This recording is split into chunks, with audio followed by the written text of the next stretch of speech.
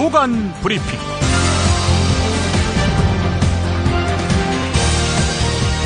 (2015년 8월의) 마지막 날입니다. 8월 31일 월요일 인사드립니다. 안녕하십니까, 김용민입니다. 환경부 국립공원위원회가 다수 국민의 반대에도 불구하고 설악산 5색 케이블카를 승인한 데 대해 환경종교단체들은 환경부가 4대 강에 이어서 설악산도 죽이려 한다며 강력하게 반발하고 나섰습니다. 이들은 2012년, 2013년 케이블카 사업 검토 기준에 부합되지 않은 점을 들어서 2번이나 부결했던 사업임에도 불구하고 박근혜 대통령이 조기 추진을 지시하자 기조를 뒤집었다고 주장했습니다. 자, 박근혜 대통령의 지시만이었을까요? 새정치민주연합 소속 최문순 강원도지사가 다른 데서는 명산 때문에 먹고 사는데 우리는 먹고 살 수가 없는, 사람이 살 수 없는 지역으로 변해가고 있다면서 설악산 케이블카 건설을 지지하고 나섰습니다. 국립공원 주변에는 어떤 경제 행위도 할 수 없도록 아주 엄격한 규제가 적용되고 있습니다. 네. 그래서 우리 현지 주민들의 이제 고통, 그러니까 생존이 아주 현실적이고 절박한 문제가 돼 있기도 하고요.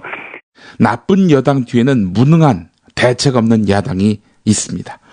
여당과 정치적으로 등진다는 이유만으로 계속 제1야당을 택하는 것이 타당한지 지지자들은 고민스럽습니다.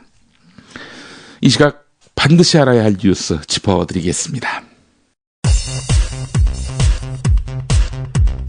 업체들이 호황기가 사라지기 전에 서둘러서 분양 물량을 처분해야 된다는 압박에 시달리고 있어서 하반기 연말까지도 밀어내기식 분양 공급에 나설 것으로 예상이 됩니다. 전국에서 주인을 찾지 못한 새집이 3만 호 이상 쌓여가고 있는데도 9월에 또다시 역대 최대 물량의 새 아파트가 쏟아지고 있습니다. 가을 성수기가 지나면 연말까지 더 많은 미분양 주택이 양산될 가능성이 높기 때문에 공급 과잉적 신호가 켜졌다는 지적입니다. 그리고 나서 2인 1조로 근무해라. 운행 중 안전물 안쪽에서는 작업을 하지 말아라. 금지한다. 그러니까 네트로 업무 매뉴얼에 그렇게 들어가 있어요. 혼자 오신 게 잘못인 거죠. 지하철 승강장 안전문을 수리하던 20대 노동자가 또다시 전동차에 치여 숨졌습니다. 2년 7개월 전 동일한 사고가 발생해서 안전 매뉴얼을 강화했지만 무용지물이었습니다. 안전 규정이 있어도 이를 지키기 힘든 구조적인 문제가 있다는 지적이 나옵니다.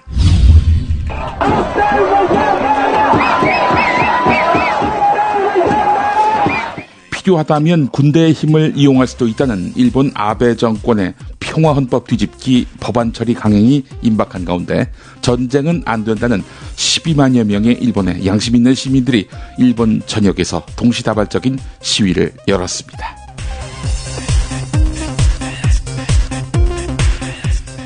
김용민의 조간 브리핑은 컴백홈 대리운전 빌라데미의 제공입니다.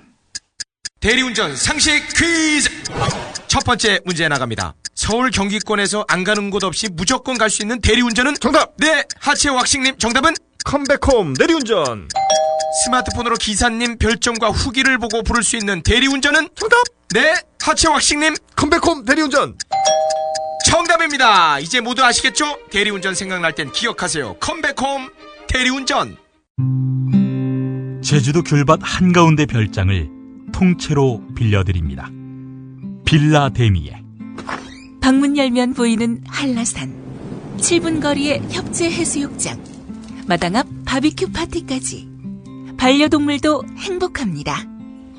제주 한경면 저지 11길에 위치한 빌라데미에, 가장 제주다운 제주의 집 빌라데미에로 여러분을 초대합니다.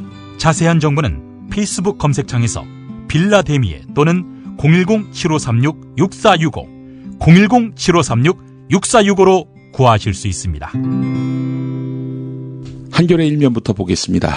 황우여 사회부총리 겸 교육부 장관 이런 말을 했죠. 역사는 하나로 가르쳐야 한다. 그래야 한국사 수능을 치를 수 있다. 이렇게 말입니다.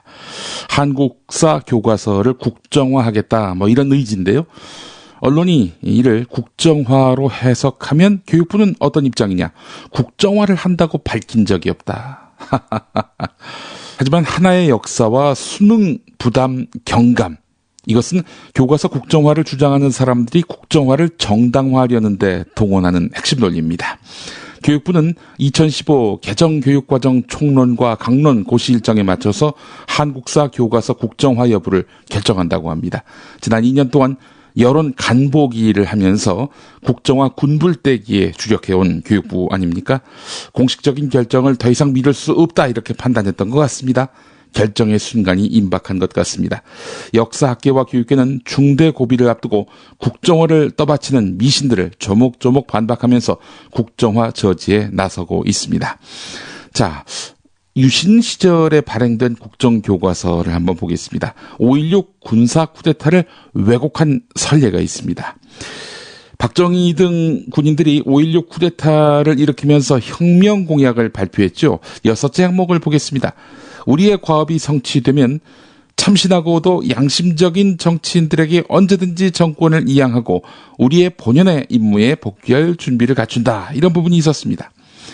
참신하고 양심적인 정치인들이 나타나면 그때 우리는 군대로 돌아가겠다. 이런 약속이었습니다. 자, 하지만 1979년판 중고등학교 국정교과서에서는 이것을 우리의 과업을 조속히 성취하고 새로운 민주공화국의 토대를 이룩하기 위해 우리는 몸과 마음을 바쳐 최선의 노력을 경주한다. 이렇게 바꿔놓았습니다. 박정희가 약속을 뒤집은 건데 결국 나중에 대통령이 되지 않았습니까? 참신하고 양심적인 정치인이 바로 자기였다는 거죠. 예, 이렇게 국민과의 약속을 뒤집었던 이런 박정희의 전력, 이런 것들을 감추고 말이죠. 박근혜 정부가 만약에 국정교과서를 만든다면 이런 박정희 정권 시절의 역사 왜곡하기, 이거를 하지 않을 것이다라고 확신할 수 있을까요? 예, 오늘 한겨레가 1면과 4면에서 상세히 짚었습니다. 교육부 관련한 소식 하나 더 보겠습니다. 한겨레 14면인데요. 전국 시도교육청에다가 지방교육 예산 긴축을 요구해온 교육부가 정작 자신들이 발행하는 기관지 예산을 교육청에게 떠넘겨서 갑질이라는 빈축을 사고 있습니다. 교육부가 매월 기관지 행복한 교육을 발행하는데요.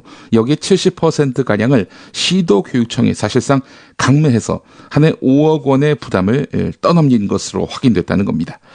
배재정 새정치민주연합 의원이 한겨레에 교육부한테 제출받은 행복한 교육 발행 부수 그리고 시도교육청별 부담액 자료를 공개했는데요.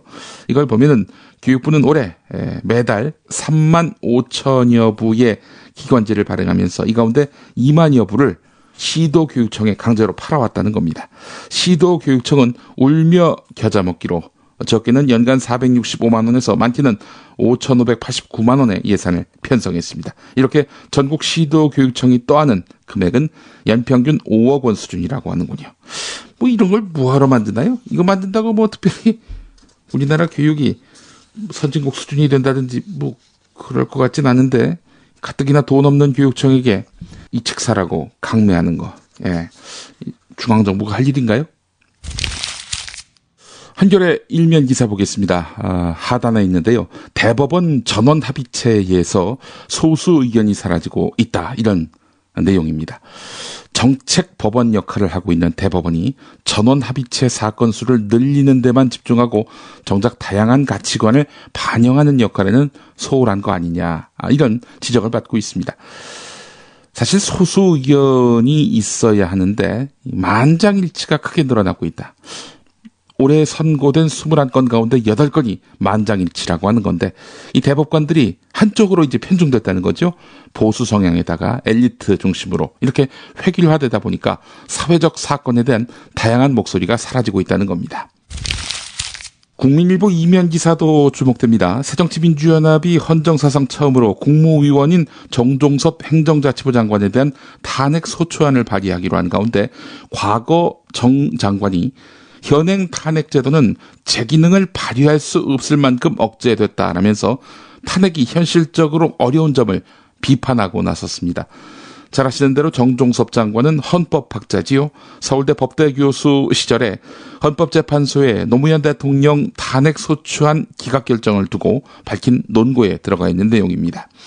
정종섭 장관은 당시 노 대통령에 대한 한나라당의 탄핵 소추 시도가 정당했음을 강조했는데요.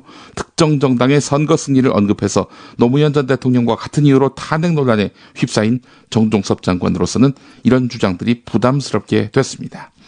자, 그렇다면은 정종섭 장관의 탄핵은 가능할까? 학자 시절에 정종섭 장관이 비판했던 것과 같은 맥락에서 정종섭 장관 탄핵은 현실적으로 쉽지 않다는 전망이 나오고 있습니다. 국무위원 탄핵소추안은 전체 제적 과반수 찬성으로 의결되는데 새누리당이 298석 가운데 159석을 차지하고 있죠. 새누리당 연찬회장에서 총선 승리를 외친 정종섭 장관.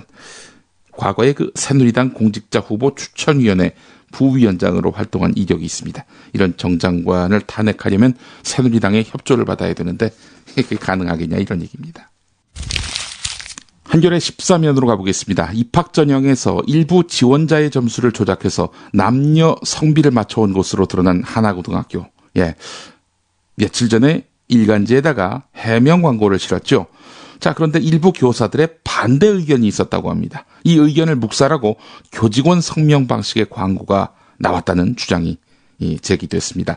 김승유 하나고등학교 이사장의 지시로 이뤄진 광고였다고 하는데요. 결국 김승유 이사장과 재단의 독단적인 학교 운영 방식이 또다시 드러난 사례라는 지적이 나오고 있습니다.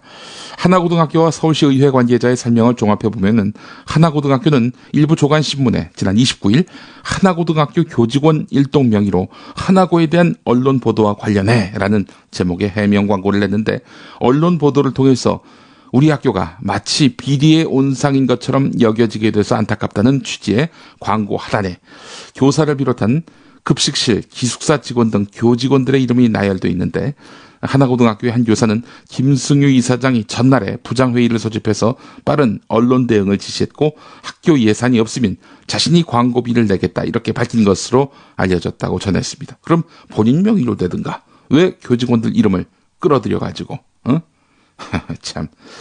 한편 이에 연명했던 일부 교직원 중에는 광고에 반대하거나 아예 관련 사실을 몰랐던 이들도 있는 것으로 확인됐습니다. 남의 이름을 멋대로 도용했다.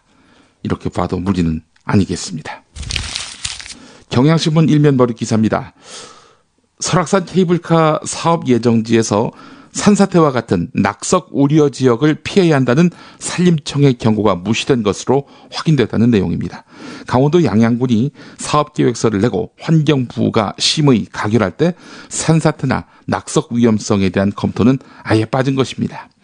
녹색연합은 산림청이 지난 6월에 환경부에 보낸 설악산 케이블카에 대한 국립공원 계획 변경 협의 검토 보고에서 지주 및 상부 정류장은 산사태 위험지 판정 기준 표상의 위험 요인에 따라 산사태가 발생할 가능성이 높은 것으로 판정된 지역은 피해야 한다 이렇게 지적했다고 하는데요.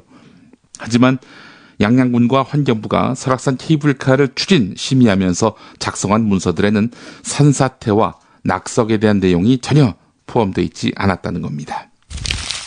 경향신문 신면으로 가보겠습니다. 뇌물수수 등의 혐의로 검찰 수사를 받고 있는 경기도 파주시 이재홍 시장. 이 사람 선거 당시 측근 계좌에서 수상한 수천만 원의 돈이 더 발견됐던 사실이 뒤늦게 확인됐습니다.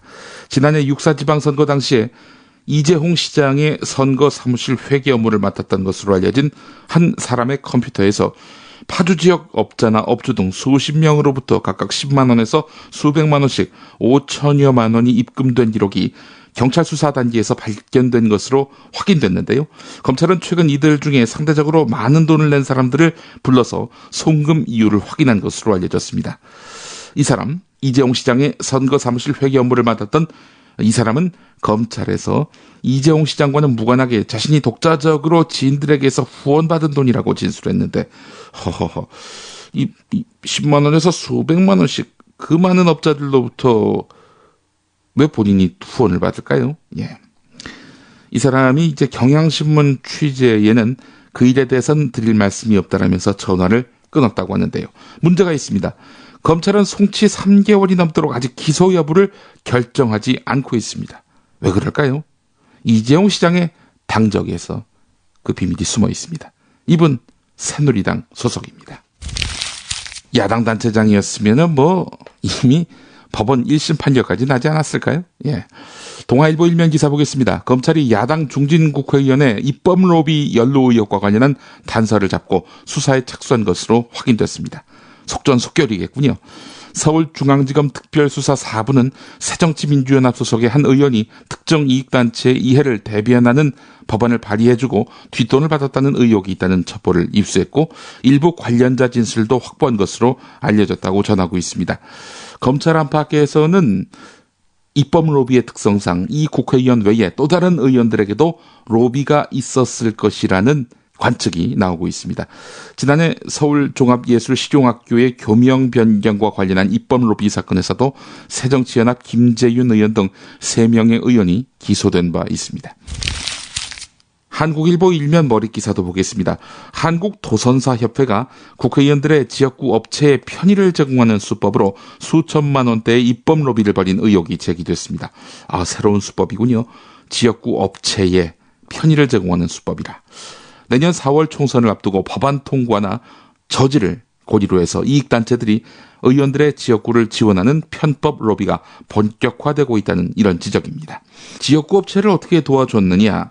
2015 한국농산어촌산업대전에 4천만 원을 후원하고 전시 부스 20개 정도를 할당받은 다음에 의원들에게 무료 제공한 것으로 확인됐다는 겁니다. 공짜 부스를 받은 의원들은 도선사협회에 이해가 걸린 법안을 발의하거나 도선사협회를 감시하는 농림축산식품해양수산위원회 소속이었던 것으로 드러났습니다. 이 공짜 부스를 받으면 본인들이 쓰겠습니까? 자기 지역구에 있는 업체에게 제공하겠죠. 변칙 입법 로비 의혹. 또 검찰이 수사에 나설지 주목됩니다. 법조계에서는 선거법 저촉 가능성도 있다 이렇게 보고 있습니다. 경향신문 일면 보겠습니다. 등기 임원 보수 공개가 의무화된 이후 30대 재벌그룹 총수들이 평균적으로 계열사 3곳 가운데 한 곳의 등기 임원직을 사퇴한 것으로 드러났습니다. 임원직을 사퇴하면은 그 기업의 주도권, 경영권을 내놓는다는 이야기일까요? 아닙니다. 그건 또 그대로 유지합니다. 결국 이제 등기 임원으로서 보수가 공개돼야 하는데 이걸 부담스럽게 여겨서 연봉 공개를 고의적으로 회피하기 위해서 이렇게 꼼수 사퇴를 하고 있다 이런 얘기입니다. 연봉 공개를 통해 경영 투명성을 확립한다는 입법 취지는 이렇게 무너지고 있습니다. 뉴스의 재구성 듣고 오겠습니다.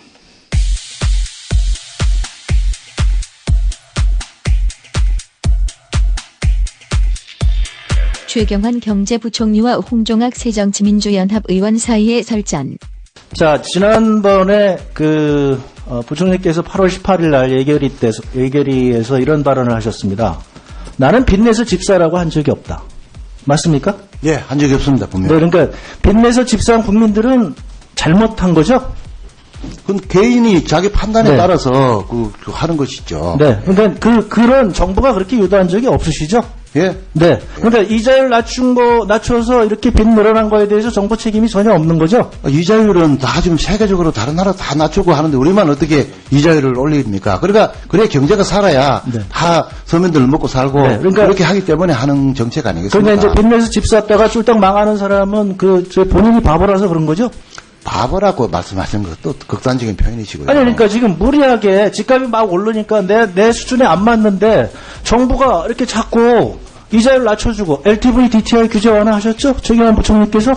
그거는 합리화했습니다. 네, 합리화하셨죠. 합리화했는데 그거 저희가 계속 얘기했잖아요. 이거 잘못된 정책이다. 그러니까 지금 집값을 그렇게 내버려 둬야 되겠습니까? 이렇게 얘기하신 게 부총리 아닙니까? 저한테. 근데 의원님은 그렇게 평가하시지만요. 아니, 지금 대다수 시장이나 대다수 사람들은 집값 부동산이 가격이 안정된 가운데서 거래가 되면서 하우스포 문제니 여러 가지 문제가 해결되고 있다고 잘한 정책으로 평가하는 사람이 대부분입니다. 네, 그러니까요. 의원님만 그게 망한 정책이고 나라 망한다 하고 자꾸 그렇게 말씀하신 극단적인. 네, 그러니까요. 그러니까 지금 전세가 폭등하니까요. 전세가 폭등하는 건 정부가 막을 생각 전혀 안 하고 그러니까 이거 빚내서 집사라는 거구나 해서 했더니 지금에 와서는 부총리께서는 나는 빚내서 집사를 한 적 없다. 우리나라에서 개인이 지금 문제가 생긴 건 다 개인 책임이죠. 박근혜 정부의 책임은 없는 거죠. 의원님, 그거를요, 그렇게 너무 극단적으로 말씀하지 마시고, 전체적으로 정부는 경제를 잘 살려서 국민들이 걱정 없이 좀 살 수 있도록 하는 게 정부의 궁극적인 목적 아니겠습니까? 네. 그렇다면 정말 정부는 빚내서 집을 사라고 한 적이 없었나? 한수진의 SBS 전망대에 출연한 SBS 경제부 김범주 기자. 맞는 말이에요. 따져봐야죠. 이게 재밌는 게요. 네. 정말 말 그대로 빚내서 집 사세요. 이렇게는 말 안 했습니다. 당연히 그렇게는 말 안 했겠죠. 근데 그렇게 말만 안 했다 뿐이지 그런 뜻으로는 여러 번 사실은 이렇게 저렇게 샀으면 좋겠네요. 뭐 이런 식의 얘기는 계속 해왔던 건 뭐 누구나 다 아는 얘기잖아요. 그러니까 대표적인 경우가 작년에 최경환 부총리 되고 난 직후에 방송사 경제부장들이 하는 토론회에 나온 적이 있는데 딱 1년 됐어요. 여기서 뭐라고 그랬냐면 지금 아시는 대로 지금 전세가가 매매가의 70% 수준의 수도권의 경우에 이렇게 가 있습니다.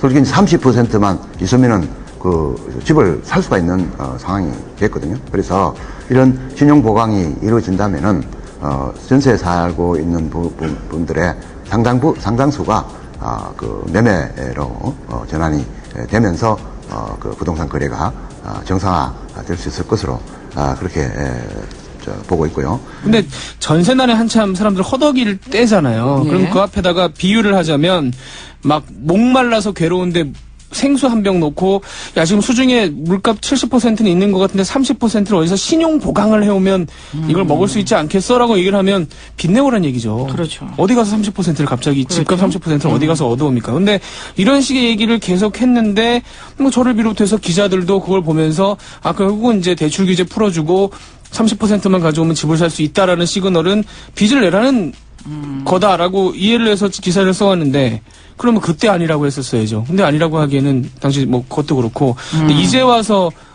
빚내라고 한 적이 없다라고 얘기를 하니까 좀 굉장히 보는 입장에서는 당황스럽은 그러네요. 느낌이 들더라고요. 예. 그러면 최경환 부총리님, 서민뿐만 아니라 주요 방송사 기자도 빚내서 집사라고 들었는데 SBS 기자도 바보인가요?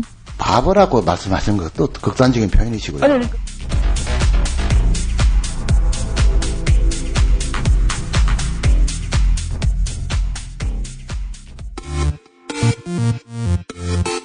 팟캐스트의 김엄마, 김용민이 만든 프로그램은 다릅니다.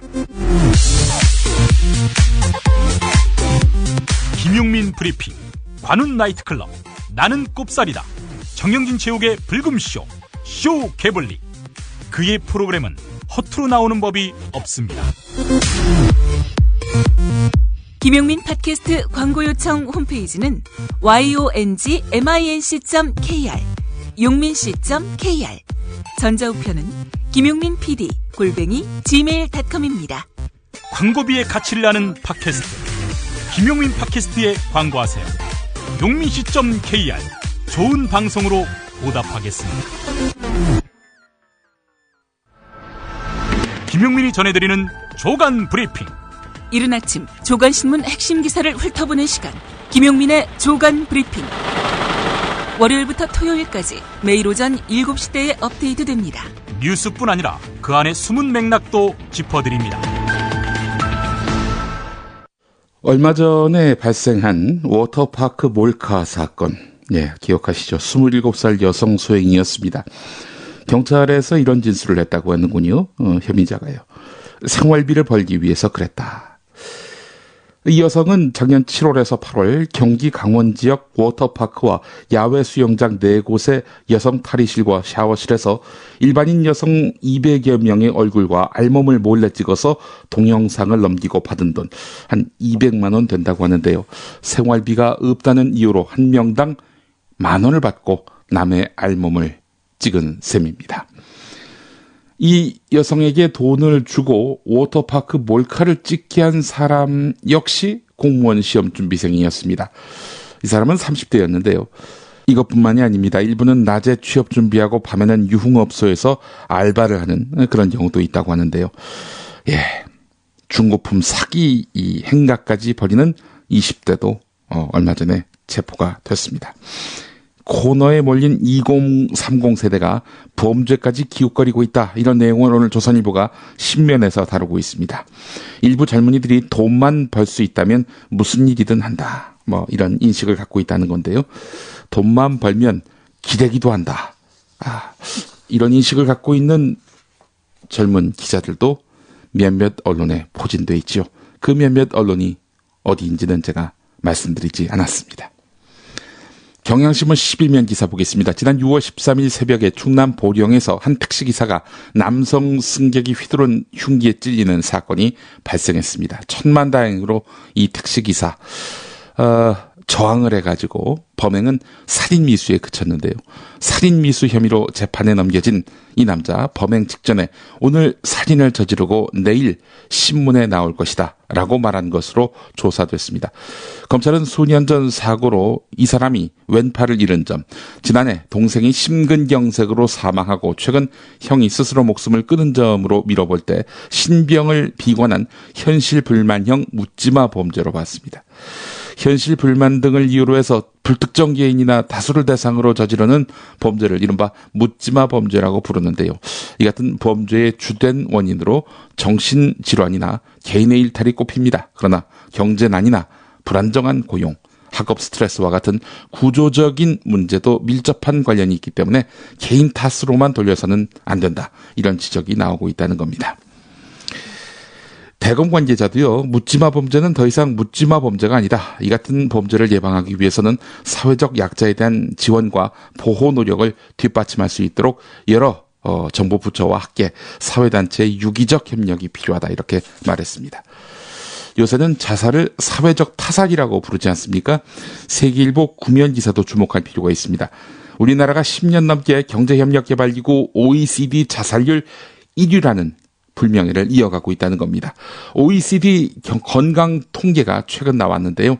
2013년 기준으로 OECD 회원국의 자살로 인한 평균 사망률은 인구 10만 명당 12명이지만 우리나라는 인구 10만 명당 29.1명으로 나타났습니다. 2위인 헝가리는 19.4명, 3위인 일본은 18.7명입니다. 2위, 3위를 압도하는 자살률입니다. 더욱이 1985년 이후 다른 OECD 국가에서는 자살률이 감소세를 보이고 있는 반면 우리나라에서는 2000년을 기점으로 해서 오히려 가파른 상승 곡선을 긋고 있다는 겁니다. 자살률이 높은 일본도 2010년 이후에는 감소하고 있는 것으로 조사됐는데요. 2000년을 기점으로 왜 이렇게 가파른 상승 곡선을 긋고 있는가? 2000년 사회구조적인 현상을 따져본다면 신자유주의 경제구조가 본격화되기 시작한 시점 아니겠습니까? 실제로 우리나라에서는 자살률이 높은 이유로 날로 심화하고 있는 사회 양극화와 노인 빈곤, 치열한 입시전쟁, 취업난 등이 거론되고 있습니다. 고령화의 진전 속도가 빠른 우리 사회에서는 남성 노인의 자살률은 전 연령대에서 가장 높은 수치를 보이고 있는데요. 내가 살아서 자식에게 짐이 되느니 차라리 생명을 끊겠다. 이런 분들이 늘고 있다는 겁니다. 너무나 슬픈 현실입니다. 이런 현실을 방지하라고 공공이 있는 건데 말이죠. 이 지표도 한번 짚어볼 필요가 있을 것 같습니다. 서울신문 1면입니다. 올 2분기 가계가 술과 담배를 사는데 쓴 돈이 사상 최고치를 기록했습니다. 반면에 책에 쓴 돈은 사상 최저 수준으로 떨어졌습니다. 모든 불황이 가져온 씁쓸한 풍경입니다. 경기 침체로 쓸 돈이 줄어드니까 책값부터 줄이고 술과 담배로 스트레스를 달래고 있다. 이런 이야기입니다. 이 술 증가율이 점점 증가하고 있는 추세고요. 책은 점점 내려가고 있고 담배는 2014년 기점으로 떨어지는가 했는데 다시 2015년 폭등하고 있는 추입니다. 술, 담배 소비가 사상 최고다. 네, 이건 역시 어떤 개인의 기호로 볼 수 있는 문제는 아니죠. 사회 구조적인 요인과 밀접하게 연관돼 있다. 이렇게 봐야 마땅할 것입니다. 중앙일보 1면 가보겠습니다. 지난해 1월에 수도권의 한 종합병원 중환자실에서 치료받던 폐암 4기 환자의 인공호흡기 전원이 갑자기 꺼졌습니다. 어떻게 인공호흡기 전원이 갑자기 꺼질 수 있을까요? 중환자실 간호사 등 의료진은 당연히 이 사태를 발견해야 했는데 발견하지 못했습니다. 뒤늦게 환자 상태를 발견하고 수동식 호흡 보조 장치로 산소를 공급하고 심폐소생술을 시행했지만 소생하지 못하고 끝내 숨지고 말았습니다. 환자의 생명선인 인공호흡기가 꺼져서 환자가 숨지는 곳이 바로 한국의 종합병원 중환자실이라고 중앙일보가 1면에서 짚고 있습니다. 같은 중환자라도 어느 병원에 가느냐에 따라서 사망률이 크게 달라진다는 이런 통계도 상당한 충격으로 다가옵니다. 건강보험심사평가원이 수도권 지역 10개 종합병원에 2013년 1월부터 6월 사이에 환자 진료 470건을 무작위로 추출해서 사망률을 분석했더니 서울에 있는 H병원의 사망률이 34.8%로 가장 높았습니다.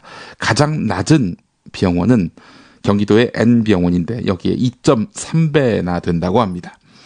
병원에 따라서 사망률이 2배 넘게 차이가 나는 것은 정상적인 상황이 아니다. 이렇게 고윤석 세계 중환자 의학회 조직위원장이 밝혔는데요. 중환자 진료의 질은 적정한 의료 인력 배치에 의해 좌우되는데 그런데도 현행 의료법상 중환자실에는 전담 의사가 없어도 됩니다. 이 때문에 중환자실이 있는 병원 310곳 가운데 전담 의사를 두는 곳은 88곳에 불과하다는 겁니다. 이 결과 한국병원의 중환자실 상황은 후진국 수준이라는 지적입니다. 중앙일보 일면에 있는 또 다른 기사입니다. 부모 부양을 제대로 안 할 경우 이미 증여한 재산을 돌려받을 수 있도록 한 민법 개정안 시안을 법무부가 마련했습니다. 이와 관련해서 중앙일보가 입수한 법무부 산하 민법개정위원회의 민법 개정 시안은 자식이 부양 의무를 이행하지 않거나 상해, 폭행 등 범죄 행위를 부모에게 저지른 것 외에 학대와 그 밖에 부당한 대우를 했을 때 증여하기로 한 것을 취소할 수 있다 이렇게 되어 있습니다. 현행 민법 556조를 보면은 자식이 부양 의무를 이행하지 않거나 형법상 범죄 행위를 했을 때에만 증여를 취소할 수 있도록 했는데 앞으로 제대로 부양하지 않으면 증여하기로 한 재산을 회수할 수 있다는 점. 네. 이른바 불효자 방지법 초안을 정부가 마련했다는 겁니다. 사실 새정치민주연합도 이런 내용의 불효자식 방지 법안을 9월 초에 발의하겠다라고 밝혔는데요. 국회 통과는 쉬워 보일 것 같습니다. 국민일보 종교면에 실린 기사입니다. 조용기 목사에 대해서 불륜, 성병설을 유포한 70대에 대해서 대법원이 벌금형을 확정했다는 겁니다. 조용기 목사가 프랑스 파리에서 매독에 감염돼 부부싸움을 하다가 미국 LA에 가서 치료를 받았다는 매독설과 모 여인과 불륜을 저질렀다는 불륜설 등 근거 없는 거짓 주장들이 인터넷을 통해서 확산되자 수사를 의뢰했다라고 국민일보가 전하고 있는데요. 여의도 순복음교회 관계자는 사람을 미워해서가 아니라 허위사실 유포로 하나님의 영광을 가리고 자라나는 청소년들에게 잘못된 인식을 심어줄 우려가 있어서 부득이 수사를 의뢰했다 이렇게 밝혔다고 합니다. 열차가 운행 중인 지하철역에서 안전문, 즉 스크린도어를 수리하던 기사가 열차와 안전문 사이에 끼어서 숨지는 사고가 발생했습니다. 안전사고를 막자고 설치한 안전문에서 사고가 났다니 일단 어처구니가 없다. 한겨레가 사설에서 이렇게 지적하고 있습니다. 서울 메트로와 정비업체가 안전규정을 평소에 철저히 교육하고 작업자들이 이를 잘 지켰더라면 이번처럼 어이없는 사고가 일어나지는 않았을 것입니다. 서울 메트로는 평소에 정비업체의 안전문 점검 때 2인 1조로 출동해야 하며 지하철 운행 시간에는 승강장에서만 작업하고 안전문 안에 들어가지 말아야 할 것이며 안전문 안에 들어갈 때는 사전에 보고할 것 등을 요구했다 이렇게 설명하고 있는데 정비업체가 위반했다는 것이죠. 자, 서울 메트로에게는 책임이 없을까요? 정비 작업을 외주 업체에 맡기지 않고 직영을 했다면 어땠을까요? 또 숨진 분이 외주업체 직원이 아니고 서울 메트로 정규직 노동자라면은 노동조합에 의해서 권리가 보장된다면 이런 일이 벌어졌을까요? 예. 숨진 분이 외주업체 직원인 까닭에 열악한 조건을 감내하고 무리하게 작업에 나섰을 가능성을 배제할 수가 없습니다. 최근 공기업과 대기업 사업장을 중심으로 위험한 작업을 외주업체에 돌리는 위험의 외주화가 성행하고 있습니다. 현대중공업이 대표적이지 않습니까? 이번 사고는 위험의 외주화가 우리 사회의 위험을 더욱 가중시키고 있음을 드러낸 사례로 볼 수 있습니다. 사람을 줄여서 일시적으로 경영 효율을 높일 것 같아도 그것이 결국 사람에게 재앙이 돼 돌아올 수 있음을 다시 한번 생각해 봐야 한다는 겁니다.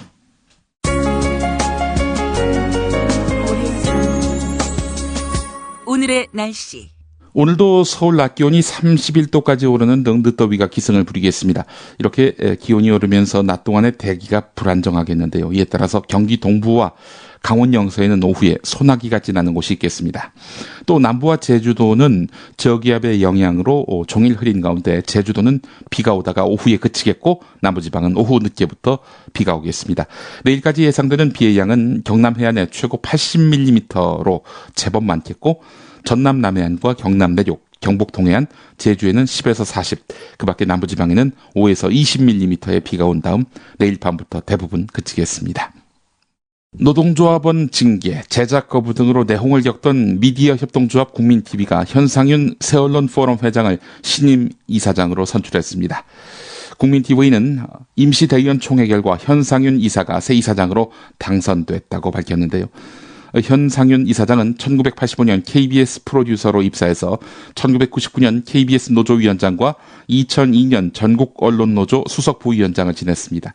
2014년 KBS를 정년 퇴임한 다음 새언론포럼 회장을 맡아오다가 최근 국민TV 사태의 올바른 해결을 위한 시민사회 공동대책위에서 활동했습니다. 지난 주말에 있었던 국민TV 임시총회에서 후보자로서 연설을 한 현상윤 새 이사장의 목소리를 마지막으로 전해드리면서 오늘 조간브리핑 마치겠습니다. 우리는 할 일이 많습니다. 왜 우리들은 여기에 가입하고 이 자리에 모였습니까? 이 불의한 세상, 상식이 통하지 않는 세상, 몰상식한 세상, 이런 것들을 바꿔내야 우리의 자손들이, 우리의 애들이 떳떳하게 인간답게 사람 대접 받으면서 살겠다라는, 이 세상을 바꿔내야 된다라는 그러한 뜨거운 의지로 이 자리에 모인 것 아닙니까? 지금의 언론 상황이 어떻습니까? 권력의 주구가 된 관제 언론들, 재벌의 앞잡이 노릇하는 그들의 얘기만, 기득권자들의 얘기만 지켜주는 이러한 기울어진 언론 상황을 내버려두고서 이 세상은 바꾸지 않는다. 그래서 우리의 협동조합은 이러한 우리 탄압받는 사람들, 억압받는 사람들, 미디어로부터 소외된 사람들을 위한 미디어가 돼서 이 사람들을 조직하고 이 사람들의 매체로서 이러한 분산되고 고립되고 흩어져 있는 이런 사람들의 힘을 모아낼 수 있는 그러한 미디어의 역할을 통해서 작은아마 아래로부터의 그러한 혁명을 꿈꾸고자 하는 것이 저는 미디어 협동조합과 우리 국민TV의 역할이라고 봅니다.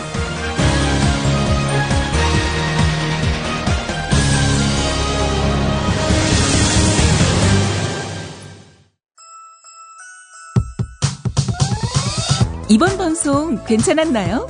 작별의 여운 이렇게 표시해주세요. 다운로드하기, 댓글 달기, 구독하기, 별점 주기. 더 좋은 방송 만들어달라는 약속 이렇게 응원해주세요. 다운로드하기, 댓글 달기, 구독하기, 별점 주기. 기억하셨죠? 다운로드하기, 댓글 달기, 구독하기, 별점 주기.